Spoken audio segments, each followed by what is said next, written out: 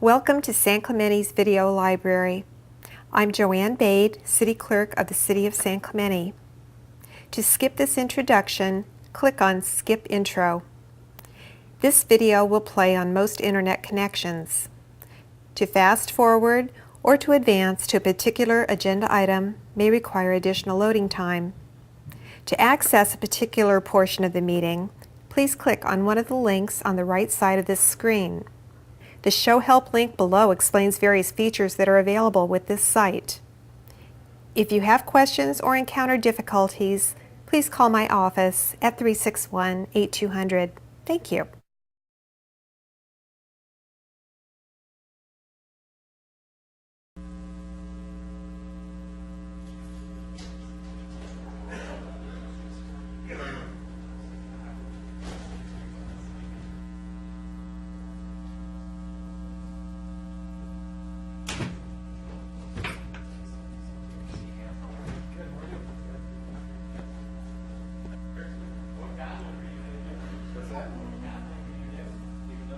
Okay.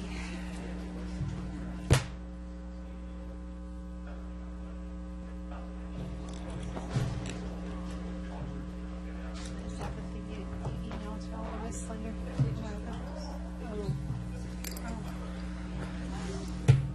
Okay, so they're already up there. Probably gonna talk in a while.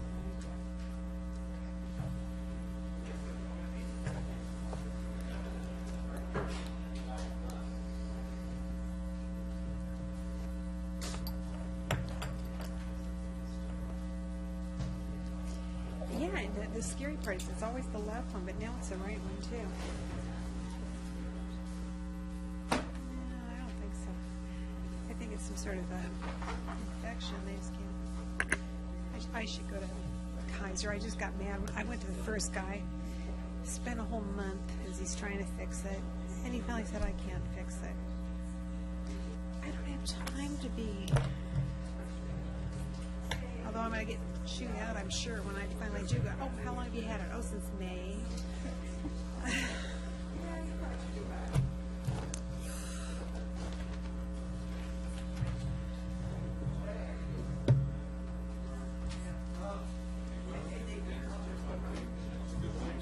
That was yummy. Well, we're trying to appeal to everybody. That was good. You know what they do? They put pesto on top of it. I am going to make it. Me too.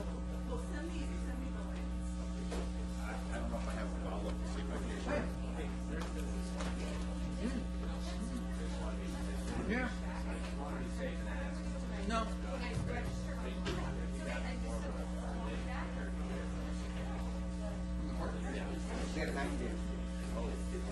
I mean, under the Constitution, they have under the Constitution, the judge has 90 days from the date it's matter submitted to after the argument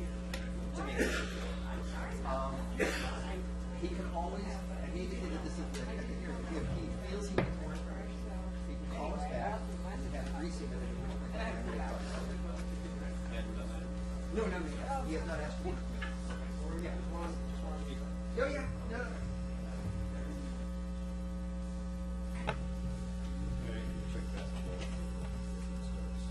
Hang on.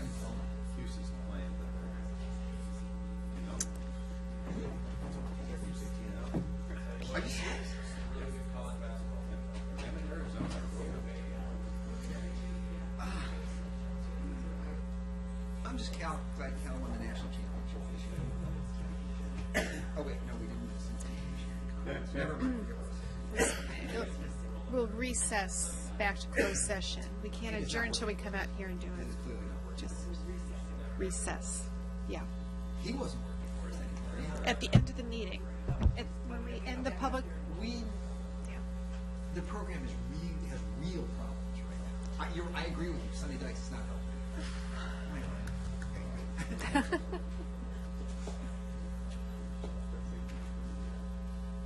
You got an injury? Halfway.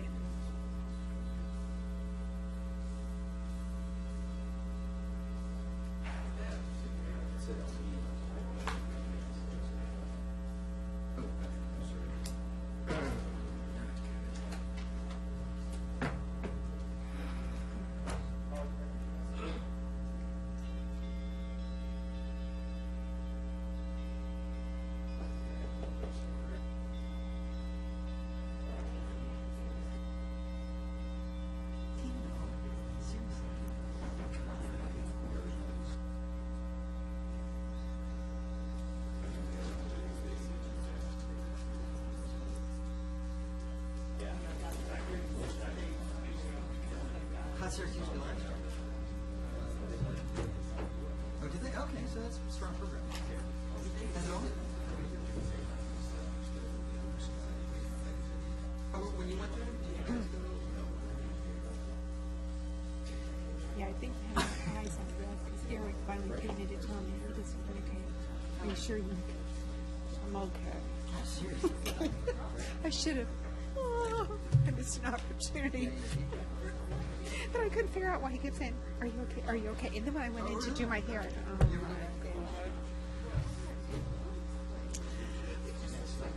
I know. Yeah. Oh boy. Ready?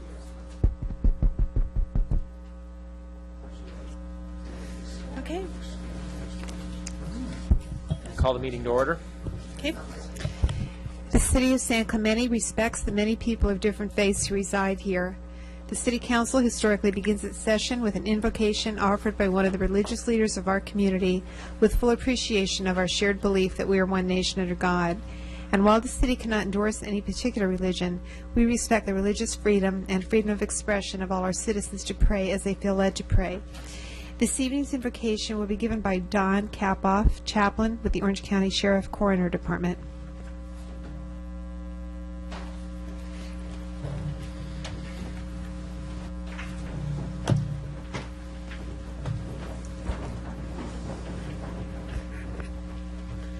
Would you pray with me? Heavenly Father, we thank you for our lives. We thank you for our families.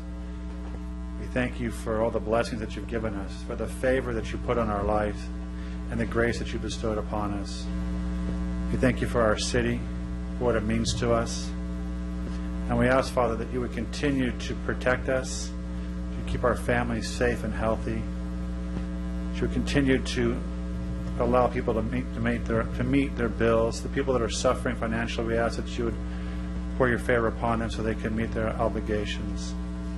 We ask, Father, that you would continue to bless San Clemente in every way possible. And for this meeting tonight, we ask that you would guide it and lead it, and the decisions that are made here would be fair and honest and right. In Jesus' name, amen. And if you could remain standing and join me in the Pledge of Allegiance to our great country.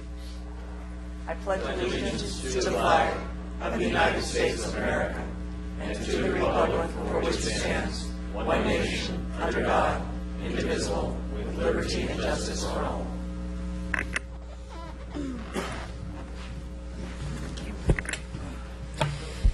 Councilmember Baker. Here. Councilmember Donchak. Present.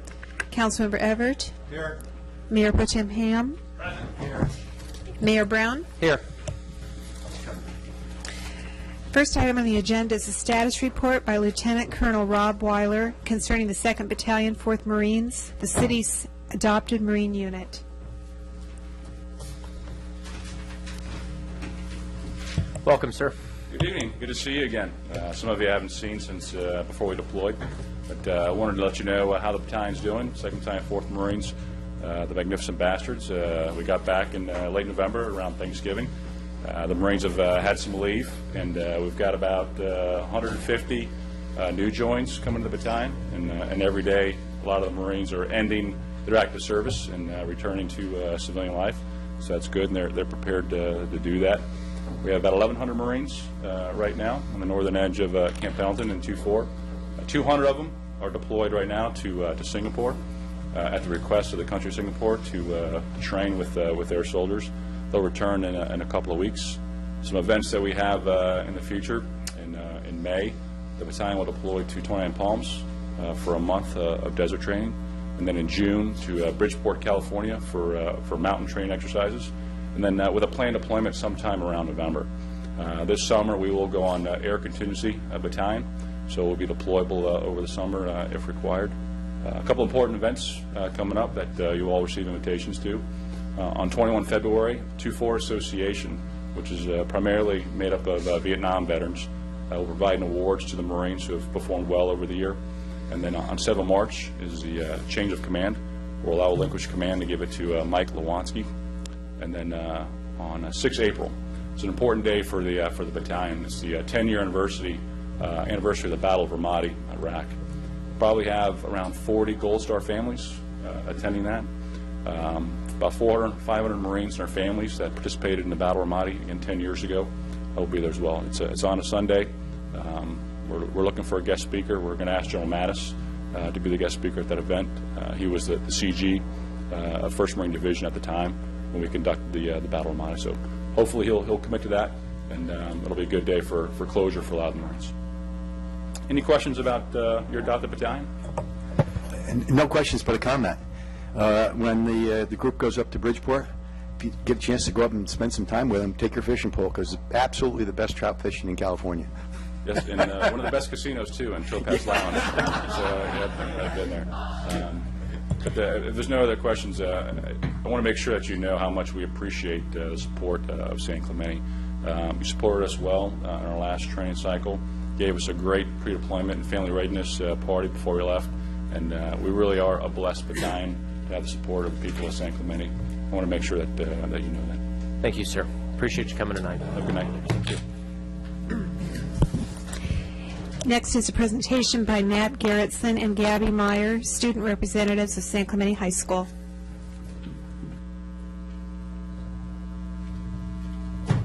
Hello, it's good to see all of you again. And before we start, I didn't get to put in the PowerPoint because I did not know at this time, but a quick update on our dance team.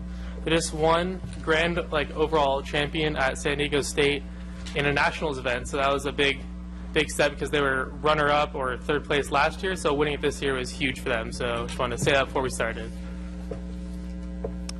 First off, boys soccer, currently 16-1-1, and their only loss was to the #1 team in Texas, so I guess that's okay. And then this picture right here is of their latest tournament in Florida, where they played top teams all over the nation, so it's pretty much kind of a tournament of champions kind of thing, where the top schools in each state came and participated. So now they're ranked #3 in the nation and #1 in the state. And boys basketball is in season right now, and after their first 2 league games, we are 1-1, and we have a 10-9 overall record, and we beat San Juan Hills 37-35, which was our first game, and then we lost to Trabuco Hills 50-51, and it was an amazing game, but it was in the last 30 seconds. So. And then our next game is scheduled for tomorrow night against Dana Hills, and tomorrow night. And it's going to be a good game because they're a great team. So. Where is it? It's home. Yeah. Next one is our National Honor Society inductees. This happens every year, and this was inducting the newest class of 2013 and 2014 of students. It was last Friday. 18 new members were all inducted. Principal Halt gave a nice speech, and Miss Satterley, the advisor, also gave a nice speech. And then this is a picture of all the new members.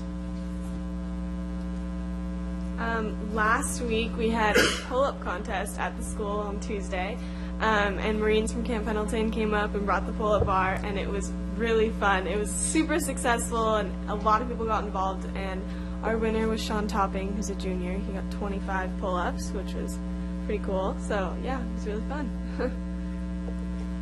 And Matt, Yes. what was your number? I decided to eat some lunch because I was hungry. Okay, all right. So I valued lunch over doing pull-ups. Gabby, how about your number? What was your number there? More of a watcher, Okay, all right. a viewer. Yeah. All right, next event is Triton Idol, coming up this Friday at 7 p.m.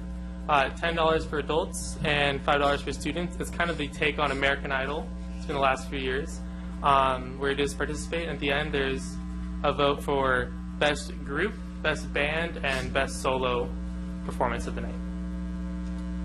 Also, our last Spirit Assembly was changed, and it will now be February 21st, and the winter sports will be performing. I don't know if any of you guys have seen them, but they're so fun, and every sport does a really crazy dance, and a lot of clubs perform. So if you guys can, it's really fun. You guys should check it out. And that's it. Something that all high school students dread is the dreaded finals, where on the left is what you're doing beforehand, and on the right is hopefully what you're doing after. So, And finals are in 2 weeks, Yeah. so we're all preparing. everyone is calculating their... This slide looks like our city manager, Garrison, put that together. That's something he would do. Chart, a few positive sayings. Yeah, you should. You emulate the best here. This is great. Yeah, so thank you, everybody, and that's it. See you next time. We'll see you next month. Thank you. Work on those pull-ups, man. You can do it, brother. And Matt, I missed you at the blood drive though on Saturday, a couple of weeks ago. I want to encourage everybody to participate in the at San Clemente High School in the blood drive down there. These kids do a fabulous job. Every 8 weeks, you can donate blood, and it's astonishing to see these kids in action down there. It's an absolutely wonderful community event. So participate in the next blood drive. I will announce it when I get the date. So thanks. Next is a presentation by Wayne Fortin, CEO of Trauma Intervention Programs. Mayor and council members, my name is Wayne Fortin. I'm the founder of the Trauma Intervention Program, otherwise known as TIP. I'm here to brief you very quickly on the TIP program and thank you for your support over the last 15 years. We've served your city for 15 years. We're a nonprofit organization which I founded 29 years ago in San Diego, and we've been here in Orange County for 19 years. We have 105 volunteers that respond to your city. What we do is simple. It's not easy, but it's simple in concept. We get called by your deputies and firefighters and your hospital ER people right away after a tragedy to support the people who've been traumatized. So we get called to support parents after the death of a child, family members after a suicide. A very common call for us, and we had 2 of these calls in your city in the last few days, is an older person who's been married for 65 years, wakes up and finds their spouse has died. Son lives 3 hours away. She's all alone at the worst time in her life. Our volunteers come into those kind of situations. I call those the daily disasters in people's lives. You know, you don't read about TIP in the media like you do the Red Cross because they're responding to the big ones. But we like to think that being with a woman whose husband just died after 65 years of marriage, that's her 9/11. That's the way we like to look at it. So we're there day in and day out. The way we get there is we've established a strong partnership, I like to think, with your police, your sheriff's department, and Orange County Fire Authority, and your ER people at San Clemente Hospital. They call us. They go to a scene, they identify a person who needs support, they get on their radio, they call us 24/7, and we promise them a 20-minute response. So we're there before the family, we're there right away. Your deputies and firefighters, I think if you ask, at least they tell us that we free them from the scene quicker than they would have normally. They can get back in service. We allow them to concentrate on their jobs. And it's a stress reliever for emergency people who can leave the scene feeling like these people are being taken care of. Why the need for our service when other people are there? Often, if you've ever been a victim of a tragedy like I'm describing, you know it just cuts people down. We don't have a plan for these tragedies in our lives. So when it happens, people don't really have a clue about what to do. So that's one reason. The other reason is your emergency people are too busy. Their job is not to comfort 85-year-old Mrs. Jones. And the third reason is when family members and friends show up, they don't really know what to do. They don't know how to be helpful. So our volunteers come into those situations, provide emotional support, provide information about what's going on. We leave people with this great resource guide, which has just all kinds of information in it about mortuaries, how to talk to your kids about the death of their father. I mean, things we never really usually think about. They're all in here. So that's what we do. Again, thank you for your support. The program is working well here. I think you have a statistical report in your packet. We served 242 of your residents who were in these kind of situations, which I've described. Our volunteers make this program, and this is a volunteer program essentially. It's like a neighbor helping neighbor. Our volunteers are someone living over on this side of town, and we bring them over to help somebody who's in distress. So, thanks again. Yeah. Just, Wayne, good presentation. If we do have other people in San Clemente that are watching, although I don't see the TV on right now, how do they get in contact with you? How do they become volunteers? Thank you for giving me the opportunity. The best way really is to go to our website, which is tiporangecounty.org. We're always looking for volunteers. This is not an easy volunteer job, really, being with a parent who's lost a child. So we need to cast a wide net. So thank you for the opportunity. We'd love San Clemente residents. I think we have 5 San Clemente residents now who are TIP volunteers, but we'd like more. So tiporangecounty.org. Well, I was just going to say, please send back a message of thanks from the City Council to your volunteers, because they really do provide an important service. Thank you. I will. Thank you very much. Before you go, Wayne, Yes. I got to make a comment on this. I've used this service multiple times, being a firefighter here in town. And, you know, as first responders, we're there for 15 minutes, but these volunteers truly do the brunt of the work. They're there for hours sometimes, doing an absolutely amazing job, and I can't comprehend how they do it multiple times a year. I mean, it's really amazing.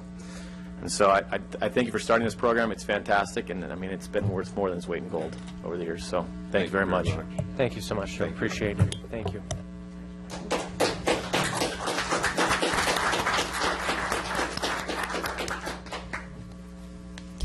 Members of the audience who wish to address council on matters that are within the jurisdiction of the City of San Clemente but not separately listed on the agenda may do so during the oral communications portion of the meeting.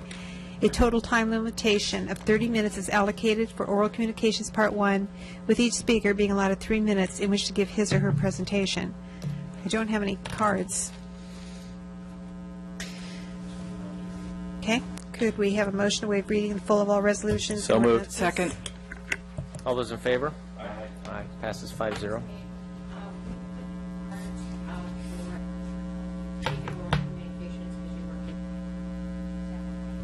Actually, that will be on the agenda, and we will have public comment for that. But it will be, the plan is to have it continued following public comment. We'll be hearing the item then. Closed session report, City Attorney. Nothing to report out. All items listed on the consent calendar are considered to be routine and will be enacted by one motion without discussion unless council, staff, or the public request removal of an item for separate discussion and action. I have not received any requests for removal. 6B2.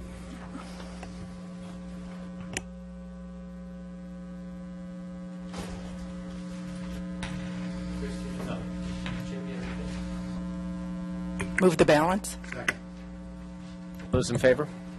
Aye. Passes 5-0. Bob, 6B2.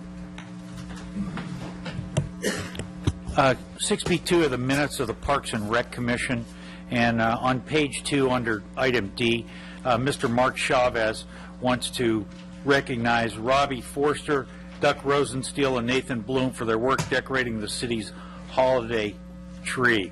And I would like to also congratulate the entire department for a wonderful job down there with the holiday tree and with the whole holiday holly jolly hoopla. Congratulations, and my hat's off to them for having a wonderful event. So will you please pass on the City Council's congratulations? I wanted to say that on a larger forum, so thank you very much, Sharon. Thanks, Sharon.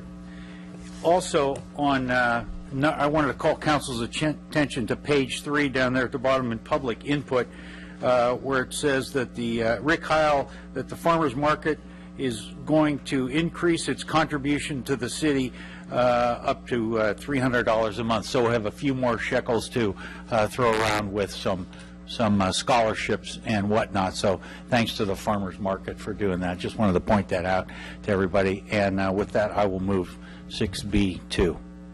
Second. All those in favor? Aye. Passes 5-0.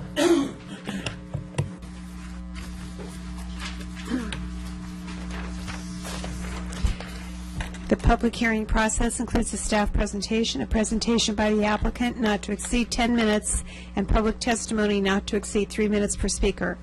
Following closure of the public hearing, the City Council will respond to questions raised during the hearing, discuss the issues, and act upon the matter by motion.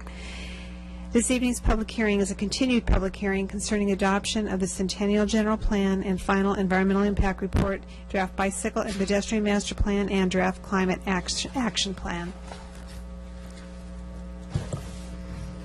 Paul, do we have a staff presentation on this item, or is it just simply a continuance? Unless Jim Holloway is going to say anything.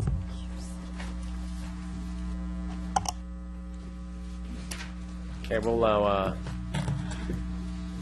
of course, Jim, yeah, if you'd like to say a few words on it, we welcome it. Thank you, Mayor, members of the council. The staff recommendation tonight is simply to open the public hearing and hear any public comments that you might entertain tonight, and then continue the meeting to February 4th, where you'll have a full and extensive and detailed presentation. Yes. Okay, great. Thank you, Jim. Any questions for Jim tonight, council? No? Okay, with that, we'll move and open the public hearing. And Joanne, do we have cards on this one? There they are right here. Okay. And first, we'll hear from Mark Howlett regarding Capital Shores, and then following Mark, we'll hear from Jeff Armour. Good evening. It's nice to see the council and the mayor. Good evening, Mark. Great to see you all How are again. I enjoyed the openness of our meetings that we had in December, where we initially began to discuss the issues with Capistrano Shores. I wanted to provide, and all of the materials, by the way, that we provided during those meetings have in fact been placed on the record. I want to, for everyone, just speak a little bit about Capistrano Shores Inc. We are 90 homeowners that have mobile homes in Capistrano Shores Inc. and the North Shore, the entry to San Clemente. And we have... Mark, would you move the microphone to... I certainly can. Is that better? Thank you. And we have several issues that we're dealing with. It would be wonderful if we were only dealing one issue, but we have 3 issues that we're dealing with. The first is an issue of zoning. The park operated under a conditional use permit under a residential zoning starting in 1959, a long time ago in San Clemente. And we operated that way consistently. And prior to all of you taking your seats here today, an action was taken in 1993 to change the zoning of the Capistrano Shores Mobile Home Park. And it was changed from a residential zone to open space, and it was done without notice. And as a result of that issue, we greatly contest the fact that that was an unlawful action to basically change the zoning in our mobile home park. Consistent with that, we have an issue that because of that zoning issue, the city has taken in the past, and we're hoping that will certainly change here very quickly, has taken the position that the 90 homeowners really cannot either maintain or develop their property inside of the park, because there are no permits that are actually being, at this point in time, approved by the city of San Clemente. We brought this issue forward in December. The issue continues today. I will suggest to you that part of the reason some of our residents are here tonight is that there was some telephone calls that were supposed to take place between the city attorney and the attorneys for Capistrano Shores. And in effect, our attorneys, after a lot of preparation, to help provide the information that was requested by the city attorney, they were really stood up in that meeting. That was supposed to be a meeting that was supposed to happen on Monday. We called at 12 o'clock to confirm that it was going to happen. Said that we wanted to have it happen at 4. There were calls made at 4:15 and 4:45 with no response on Monday, and there's been no response to date from the city attorney, who actually called for that meeting from our attorneys. A lot of cost from our residents went into preparing for that meeting to help the city attorney. So one of the first things we want to do is to ensure that we are zoned properly inside the park. We're going to ask that we basically reverse the action that was taken in 1993 improperly and unlawfully, taking our zoning away from us. The next thing is we have a very important infrastructure project inside Capistrano Shores. If we go all the way back to that 1959 again, we have, oh my gosh, I'm that close? Take a few extra Do moments. I blow up, or do I explode? Well, actually, the podium blows up. Okay, so that's fine. So I can just step back. Yeah, Fine. that would be. Take a few Second extra thing, moments, thank you please. very much, Tim. I appreciate it, Mr. Mayor. The second thing is our infrastructure project, which has been approved by the California Coastal Commission. We have an issue today that we have 60-year-old utilities underneath the park, of which we have leaks and issues both with gas and electrical lines. And all of the utilities are underneath the houses today, which by today's Title 25 requirements would not be allowed. So we've gone to our residents. Our residents have approved the dollars, which is, by the way, nearly $5 million to replace that infrastructure and to upgrade it to the Title 25 requirements that are required today to have a safe environment for our utilities servicing our 90 homes. So we have an approval from the California Coastal Commission. We are asking the city to help us with that permit to move it through so we can take care of this vital safety issue that's underneath all 90 of our homes. The third thing that we want to talk about is the permit process. For about 3 to 3.5 years, the residents of Capistrano Shores and their representatives have really struggled getting permits through. We really have not had an approved permit for 3.5 years from the city. And as a result of that, we've been unable to improve some of our homes and some of the things that really require repair and approval. And we are asking, and the reason that the city is basically saying they can't is because of the zoning issue. Mark, I think you could wrap up then. Okay, this is my, like 30 seconds. Thank you, Mr. Mayor. What we're really here to say is we want the opportunity, as all of you would, being residents of San Clemente, to be able to repair your properties and keep them current. And you wouldn't be pleased with the city if you were basically excluded from that process and saying you can't do it. So our residents are really willing to fight for that. We have a large investment down there. We have 90 families down there. Good citizens, by the way, that want to be good citizens inside San Clemente. So thank you for not having the podium blow up. Thank you. Yeah. Thank you very much. Appreciate it. Trapdoor. There you go. Thank you very much. Thank you very much. Jeff? If I may respond, I think perhaps information wasn't conveyed to the residents about the conversation I had with their attorney. On Thursday, I wrote to their attorney to let them know that I would very much enjoy the opportunity to have a conversation with them, but I wanted the assistant city attorney to participate in that conversation because he's the one who's been doing some of the research on this. I informed their attorney on Thursday that he wasn't in today and that hopefully he would be in on Friday. On Friday, he didn't come in. He has a family emergency, so he's been unable to come in, and he wasn't in on Monday.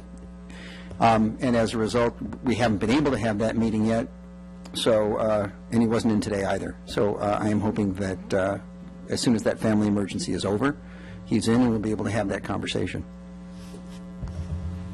Okay. But nobody was stood up. Okay. Thank you. Next is Jeff. Following Jeff would be Jerry Logma. Council members, good evening. My name is Jeff Armour. I own and reside at space number 41 in Capistrano Shores Mobile Home Park. I am requesting that the City Council act consistently with the primary goal of the Centennial General Plan to, quote, retain and enhance residential neighborhoods, end quote, with regard to Capistrano Shores Mobile Home Park. I support the Centennial General Plan, providing the City Council lives up to its primary goal in its land use section LU-3 to, quote, retain and advance the residential neighborhood, end quote, of Capistrano Shores Mobile Home Park. We have been a San Clemente residential neighborhood for almost 60 years. If the new Centennial Plan is to be consistent with its stated intent, it should now allow us to retain and enhance our neighborhood by approving the Mobile Home Park Act permits it has withheld for over 5 years and allow replacement of our gas, electric, and sewer lines. The residents, not the city, are planning to pay for those utility replacements, as you just heard from Mark. The Centennial Plan should proceed in the right direction by correcting the general plan designation for Capistrano Shores and allow us to retain and enhance our longtime residential neighborhood. Thank you. Thank you. Following Jerry will be Eric Anderson.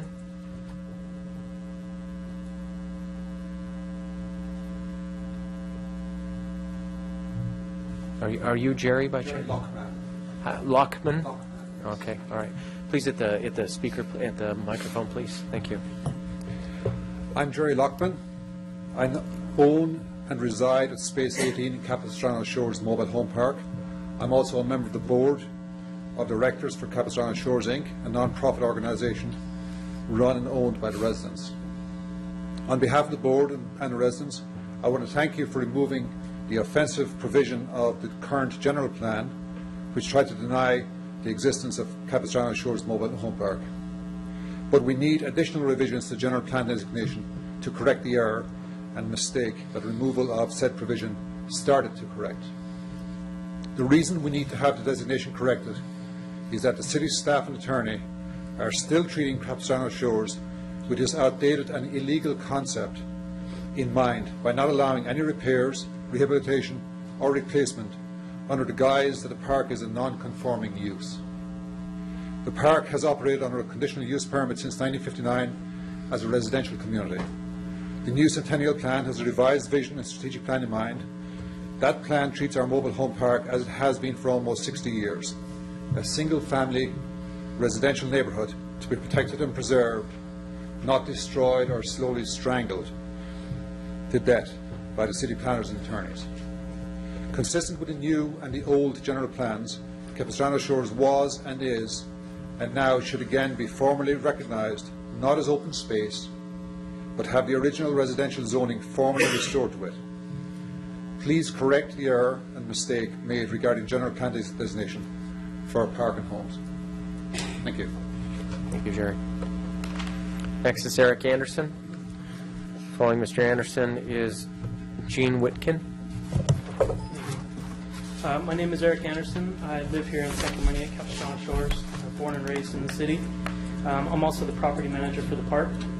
As manager of Capistrano Shores, I have been intimately familiar with the residents and their many attempts to obtain permits within the city of San Clemente for their opportunity to improve their lots and accessory structures, as well as the design, plans, and requirements for the utility system repair, rehabilitation, and replacement project.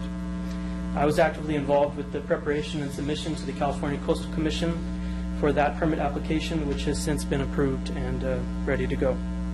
The California Coastal Commission months ago issued a park-wide coastal development permit for the repair, rehabilitation, and replacement of all utilities. As Mark said, these utilities are about 60 years old, and they currently, gas, water, electric, all run underneath the mobile homes the entire length of the park. They're literally just sitting on sand.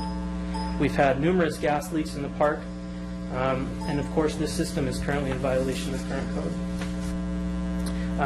With those gas leaks, luckily to date, there have been no explosions or fires. The city has taken the position that the gas lines, as well as the leaking sewer lines and other very old utilities, is an improvement, thus requiring a new use permit to a non-conforming use ordinance that was passed in 2012, which does not allow for improvement without good cause. This is not an improvement. This is a replacement of current systems to meet current code requirements. These replacements are a health, safety, and welfare requirement for the residents, the city, and the environment. The City Planning Department current position is a result of an error and mistake made in the 1993 General Plan, which called for Capistrano Shores Mobile Home Park to, and I start the quote, revert back to public beach, end quote. That offending and inconsistent position has now been removed from the Centennial General Plan. It's a very simple matter for the City Council and City Attorney to direct the Planning Department to allow for a permit to replace these utilities as already approved for the California Coastal Commission. This is an urgent matter for the life, safety, and welfare of myself, my loved ones, all the residents of Capistrano Shores, and the community as a whole. Thank you. Next is Gene Whitkin. Following Mr. Whitkin is Alex Maniscolo. Hi, my name is Damon Suter. Actually, I'm here representing the Whitkin and Suter family, who we jointly own and reside at space number 23 at the Capistrano Shores Mobile Home Park. City Council Mayor, we understand that the city requested years ago to be given the enforcement rights under the Mobile Home Park Act and Title 25, and that the state granted such requests, but the city does not have permit authority over the mobile homes. As part of those responsibilities, the city routinely provided the ministerial permits authorized and required for work be done in the mobile home park until approximately 5 years ago. The city knows from the state's HCD that work should be routinely approved, but the city has not routinely approved that service. I received my HCD permit to begin building on 12/19/2012, and I received final approval from HCD on 10/10/2013 that all requirements had been met. Concurrently, I submitted to the city for my foundation permit on 9/3/2013, and to date I have never received a direct response from the city. The city has asked for the authority to approve the standard approved foundation plan, but refuses to do so. First, the city said no.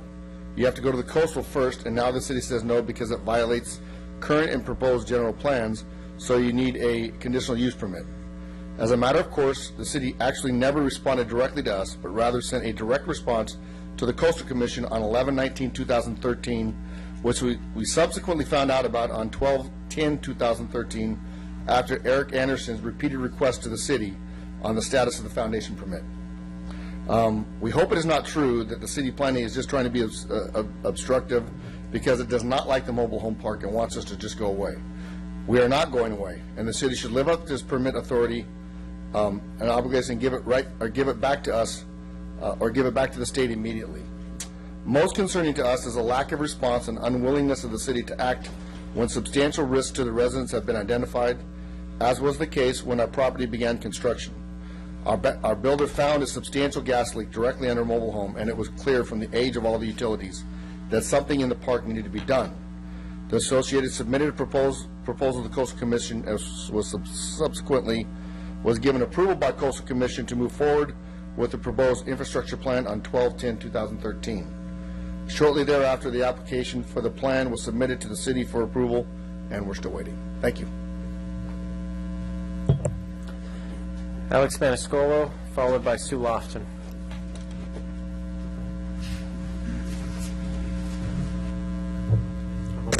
Members of the City Council. I wanted to touch on what Mr. Howlett started with a little bit with regard to the zoning history, make sure that we've corrected that record, and then tie into the general plan the corrections that we've requested. Previous correspondence dating back to August of last year from the city stated that the city believed that Capistrano Shores had been zoned open space since 1960. That is totally incorrect. In 1962, the park was zoned something called S1. S1, in the ordinance, it specifically integrates R1. R1 is a residential district. Now, regardless of whether or not that mentions mobile home parks, there's a specific section, this is a narrow area of mobile home law, there's a specific section of the government code, 65.852.7, which says that mobile home parks have to be an allowed use anywhere there's a residential use. It can be pursuant to a conditional use permit, like Capistrano Shores received when it was established. But it has to be a permitted use anywhere there's residential. So, as of 62, with this S1 zoning, the park was a permitted use. It was allowable. It was not a non-conforming use. Skip up again to 1982. In the August correspondence from the city, they again say that a OA overlay was adopted, again trying to make the park an open space. Again, well, first, we maintain that the OA overlay and the map as part of that general plan is so ambiguous that you can't discern, and no one can take notice of a downzoning as a result of that.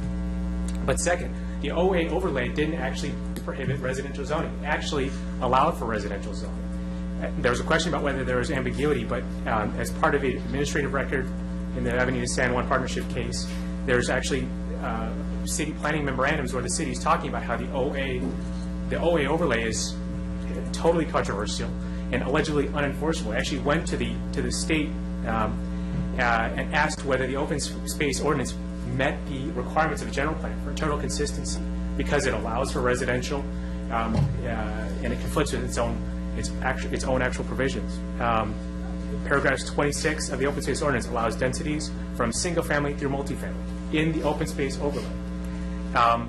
And the ultimate conclusion was that if the city was sued on the basis of this OA overlay, it would be unenforceable or would be overturned. And the Attorney General, the internal memorandum concludes, would agree that it was unenforceable. So this is through 82. That gets us up to this 93 general plan, which we maintain the notice was insufficient, both as to the park specifically and as to the maps that were offered. We feel that's been established by the administrative record in Avenida San Juan partnership. We feel this is something that the city can correct. We've already outlined through our previous correspondence, we hereby incorporate all that here. You've been provided copies of it. That the city can reverse this. The city can basically adopt and restore S1 zoning. It would not require a vote of the city, given the space of it. And as we are alleging here, the downzoning in 93 was void. Thank you, Alex. Appreciate it. Pass to Sue Lofton. Good evening. With all due deference to the city attorney, I strongly disagree with his comments relating in particular to Monday and to generally not after the December 8th not being available to talk. The letter that was sent on November 19th was signed by the city attorney. The fact that the assistant city attorney had a family emergency certainly did not prevent him, at least on Monday, to pick up the phone and say, we can't talk again. But aside from that, he signed the letter. The letter is what we were discussing, and I'm lost as to why we were not able to do so. Briefly, the general plan and the environmental impact report, both are inconsistent internally and with each other. Placing Capistrano Shores as any type of open space for purposes under the environmental impact report is inconsistent with the meaning of open space. The mobile home park has been there for the last 60 years, and they have every intention to remain. I won't repeat all of the voluminous material that you've received over the last 3 or 4 months, but suffice it to say that my clients have made every effort and will continue to do so to try and resolve these issues. They need to be resolved timely. We have a disagreement with the city attorney about a statute of limitations, which from our perspective is February 8th. That's why we've been pushing to have the meetings and to try and get these issues resolved. And we would welcome any opportunity to resolve them. With that, thank you for your time and patience. I know that there are a lot of complicated issues involved in this, and I know that we are probably somewhat trying your patience with everything that we send in. So we appreciate your consideration. Thank you, Ms. Lofton. I will give an opportunity for Jim, if you'd like to respond to anything that was said.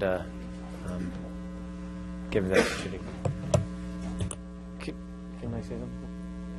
Jim, if you could just focus specifically on the utilities permit, that'd be fantastic. Exactly. The utility permit submittal was made to the Community Development Building Department, and we are processing. Currently, we've returned those plans to the applicant and asking for technical information. So it falls in the court of the consultants for the home pump. Thank you, Jim. When Jim, go ahead, Paul. When was that done, Jim? Mike Jorgensen's still here.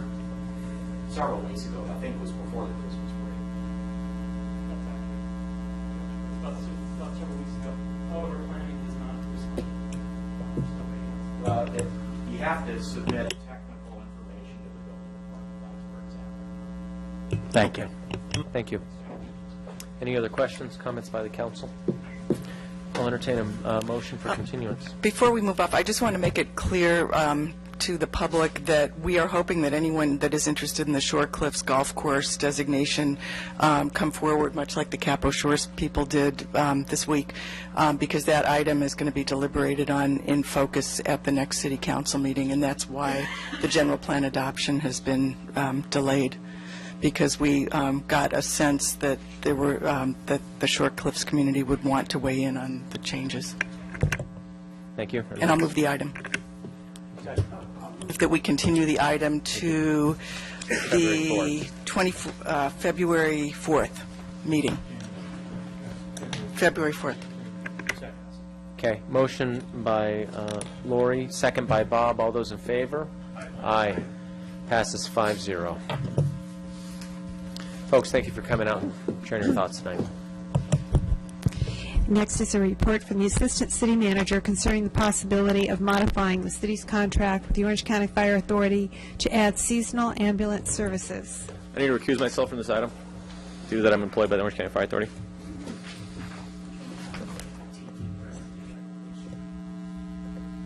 You could, or you just test, either way. You want that?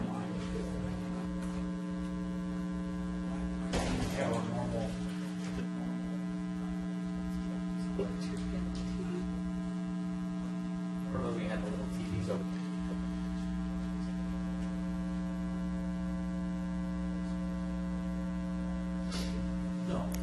No, what I'm talking about is normally you can see the proceedings on television on these screens. And so the folks in the back that are trying to watch the proceedings are just looking at the surf. So I'm wondering why that is. Well, I'm sure it's showing the same thing this is, which is that's you in the middle of that surf right there, isn't it? You see me getting barreled? I do see you, yeah, that's you. Nice. I got concussed, I don't remember.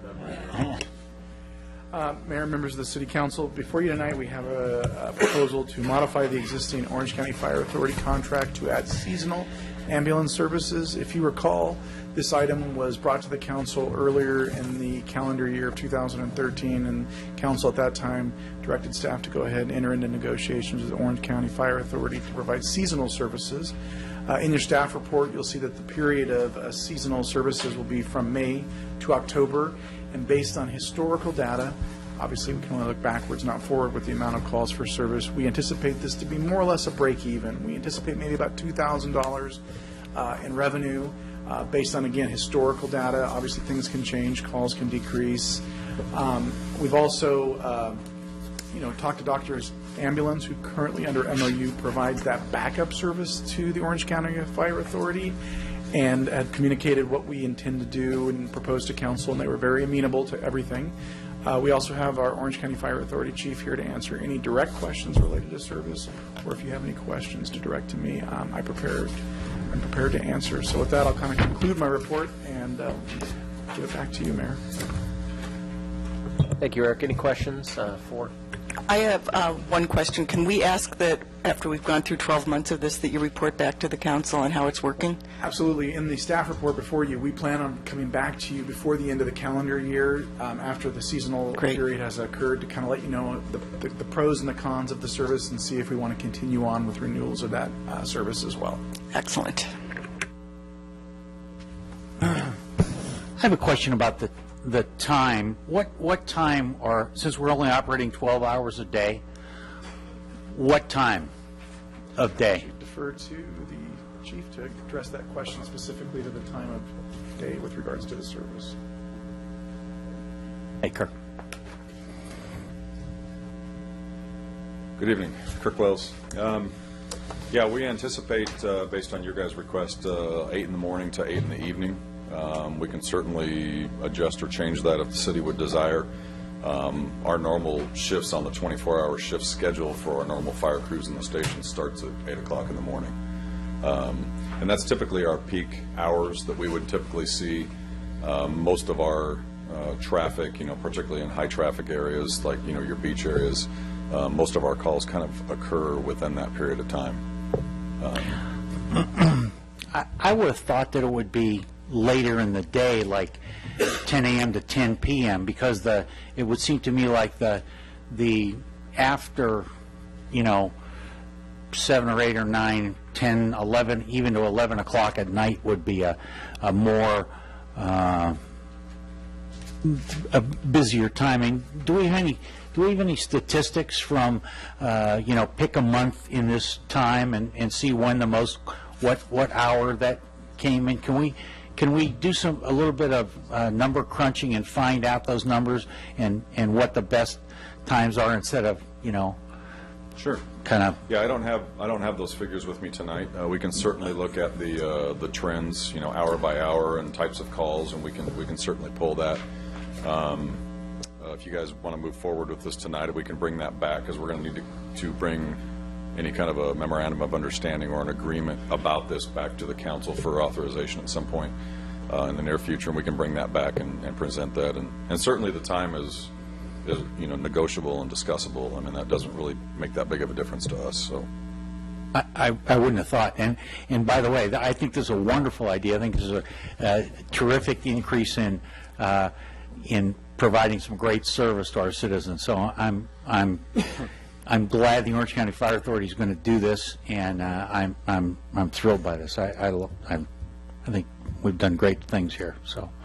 But by the way, going back to your question on the hours, we did, I don't have it with me, but I believe there was a document that we did actually review the calls, and that was kind of seen as the sort of the primary time was the 8 to 8. We capture most of the calls. I think I have that. I'll send it out tomorrow to the council if I can locate it. Well, it seems or I'll work with Kirk. It would seem to me like later in it just makes sense to me. But you know, you guys are Kirk's the professional here. But I'm sure we have some numbers that we could use to back up our. Yeah, I can have our strategic services staff pull those numbers out of our system, and like I said, do an analysis on, you know, the call volumes and types and frequencies and those types of things on, you know, 4-hour blocks or hour by hour or however you'd like to see it. We can certainly put that data together for you. Well, it would seem like hour by hour would be a good way to break that out, and then we could. Okay. We could draw a little chart and a graph, and that'd be very nice. Eric loves to do that, so. I'll work with Paul, and we'll figure out, you know, what kind of data you guys would like to see on that. So. Thanks, Chief. Appreciate it. Would you like a motion? Any other questions from Eric or no? Nothing. Thank you, Kurt.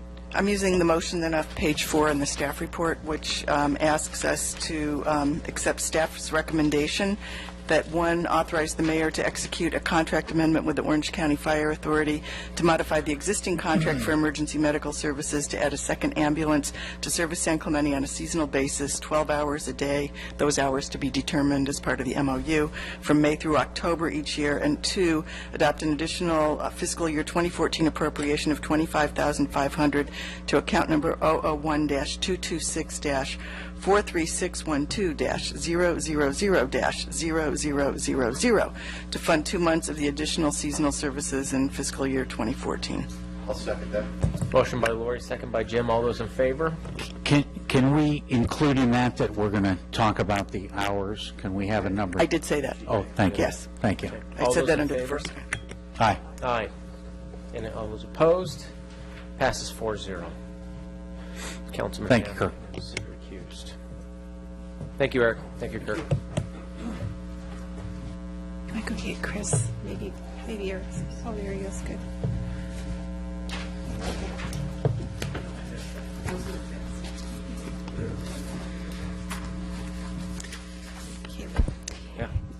Okay, report from the city clerk concerning the possibility of modifying some council meeting dates.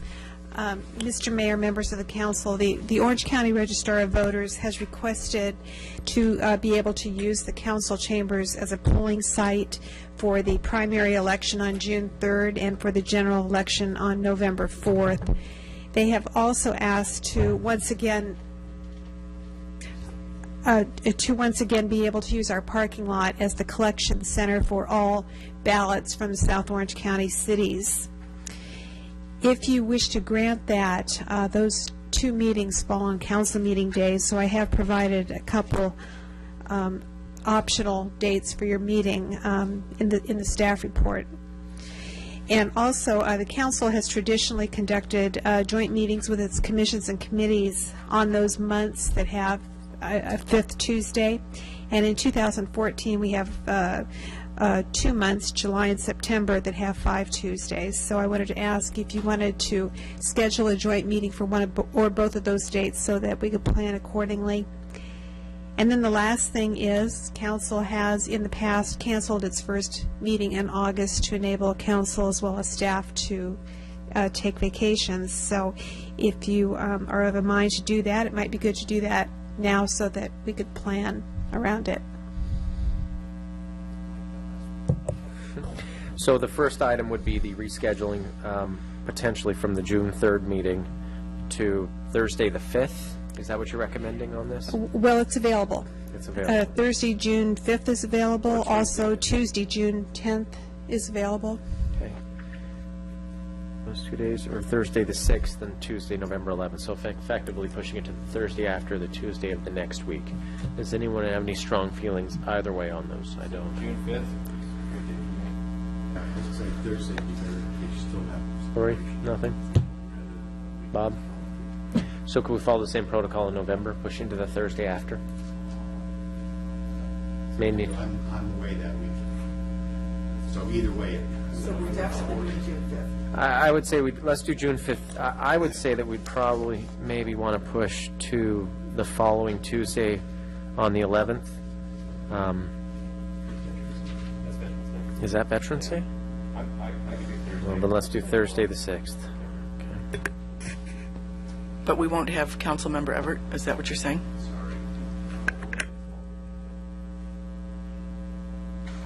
The bitter end. So the two dates we selected are Thursday, June 5th for the reallocated meeting, and then Thursday, November 6th, the meeting in November. Okay. And then the next items would be the periodic joint meetings with its commissions, committees during the 5th Tuesday of the month. It has 5 Tuesdays. And so we could schedule a joint meeting on the 29th of July and or September 30th. You know, that 29th of July might be a little too close for that first meeting in August for my tastes. So, I maybe just push it to September and use that time anyway.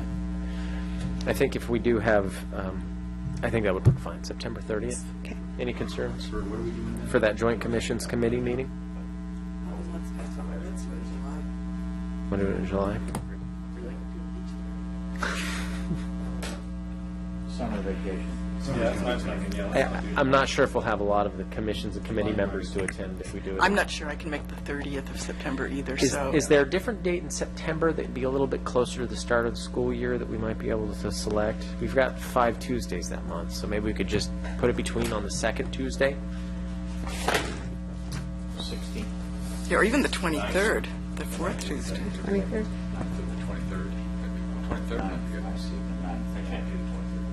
Tuesday the 9th?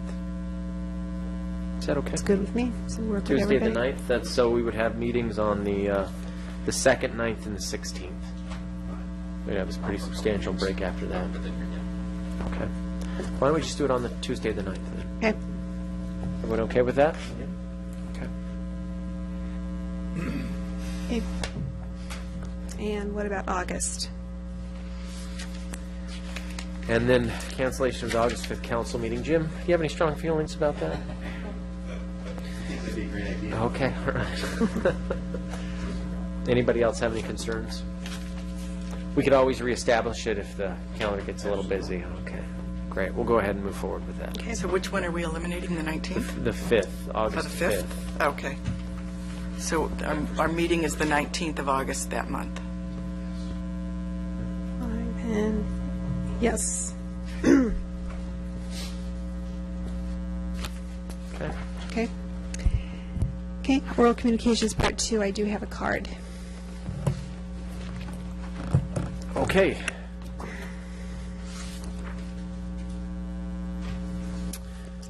We have a family acknowledgement for business helping family in need from the Fabiola Ampudia. Did I say that correctly? All right. Every once in a while I get it right. It happens once a calendar year. It's my first time here, so I don't know how this all works. Welcome. And Thank you. please feel relaxed. We, Thank you. we're happy you're here. It's on behalf of the Silva family. This is Denise Silva. She is the mother of Luis Enrique Silva Olivar, who lost his life on December 7th in that horrible car accident. She is one of the 4 people who, the mother of one of the 4 people who passed away. And we are here at her request to acknowledge the businesses in the city of San Clemente who have helped the family in need. And that's the only purpose of us being here, just to acknowledge those businesses because they have helped the family tremendously.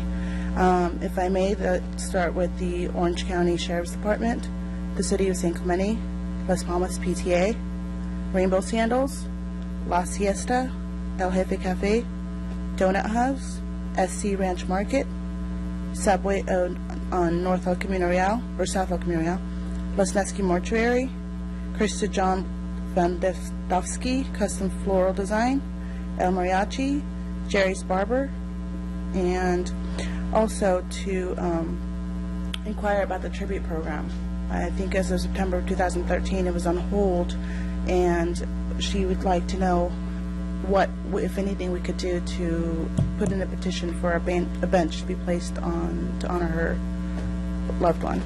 I know it was recently discussed in a Beaches Parks and Recreation meeting. I believe that that's still moving forward. Yeah, we're still working on it. Paul, could you Well, comment I'll on be that? in contact and let them know what the procedure and process, the future process will be. So. Our city manager will contact the family and please. Well, thank you so much for all the help we received during these hard moments. Thank you. Thank you. Our heart goes out to you. Thank you. City Manager, No reports. City Attorney, No reports either. Councilmember Roundtable.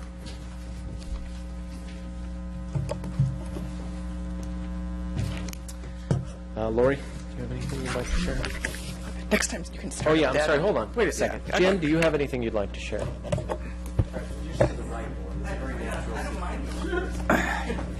Yeah, that's the only negative part. I never realized I was sitting to the left here, and I never actually put it in that context. The only comment I would like to make is that this past Thursday, I was at the Playhouse. I'm on the board of directors at the Cabrillo Playhouse. What the play that's shown right now is a musical called Fantastics, and it was outstanding. It basically sold out the first week. It'll be going for 2 more weeks till basically till Sunday the 2nd, with shows on Thursday, Friday, and Saturday evening, and Sunday matinee. So anybody out there that's listening and you want to see a great musical in our quaint little theater, this is one you should definitely not miss.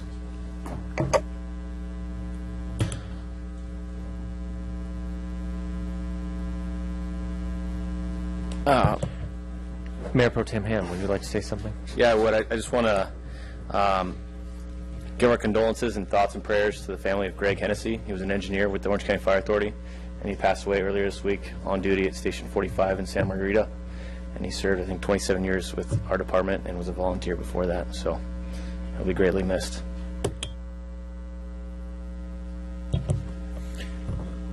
Bob, would you like to? I want to remind everybody that the toll road cash payments are coming to an end this summer. There's some flyers in the back to remind everybody. If you're an occasional user of the toll road, you need to sign up for these express accounts, or don't ignore their warnings. If you can still use the toll road, do not ignore their warnings when the cash stuff goes away. You'll have to go to a website and pay your bills, but don't ignore their warnings, because they will come and get you. I also wanted to share that I had a wonderful experience today. San Clemente resident Jim Gattaker, who lives near Maxburg Plaza Park, had a brand new flag. So he and I went over to the flagpole and put up a brand new flag in Maxburg Plaza Park. And this is a certificate that was included with the flag. This is to certify that the accompanying flag was flown over the United States Capitol on June 6, 2006, at the request of Honorable Ken Calvert, Member of Congress. This flag was flown in honor of Jim and Pat Gattaker. So I want to thank Mr. and Mrs. Gattaker for donating their very nice American flag to the flagpole in Maxburg Plaza Park. I had a great time doing that today. It was very nice. Thank you. Lori? I have 2 things. One is I want to thank city staff and especially the city manager for a very successful hike to San Clemente Summit. That went off without a hitch, and I encourage everybody to use the trail systems as a result. Also, on January 16th, I attended the Association of California Cities Orange County Retail Revitalization and Revenue Panel. And the reason I went on behalf of our city was that the owner of the casino, Shaheen Sadeghi, was one of the panelists, and Jim Clarkson, who is the consultant for Steve Craig's Marblehead Coastal property, was another one of the panelists. And it was real interesting. I was the only person in attendance that I could see south of Laguna Niguel, yet the cornerstone of this presentation was about the Sadeghi Lab project, the casino, and the Marblehead Coastal project, which Mr. Clarkson billed as one of the most important projects going on in Orange County this year. So the Marblehead Coastal project is expected to generate about 1,000 jobs in its phase 1, and they're good quality jobs. And the food component of the project is supposed to be very important. It hasn't been completely sorted out, but the knowledge they have about projects like this is that having food destinations is very important. And then finally, there is space in the project for a surfing heritage museum on the second floor. It's about 10,000, 9,000 square feet. So that's going to be an interesting amenity. Anyway, it was a real good use of time, and if anybody is interested in trends in retail, I am knowledgeable. Thank you, Lori. Appreciate the update. To that end, Paul, I'd like to make a request. We're getting quite a bit of movement, forward momentum on the Marblehead Coastal Project.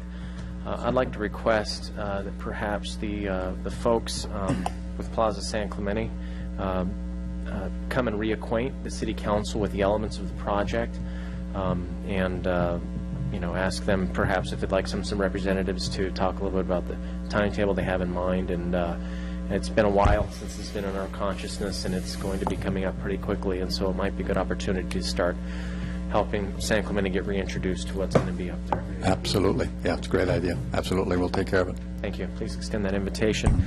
I'd also like to, there's a soccer clinic that's going to be done by the French Soccer Institute. They've approached us to do a collaborative agreement. It's not sponsored by the city, but they have some very well-regarded international coaches and figures that are going to be doing a soccer clinic up at Liberty Park this next Monday at 3:30.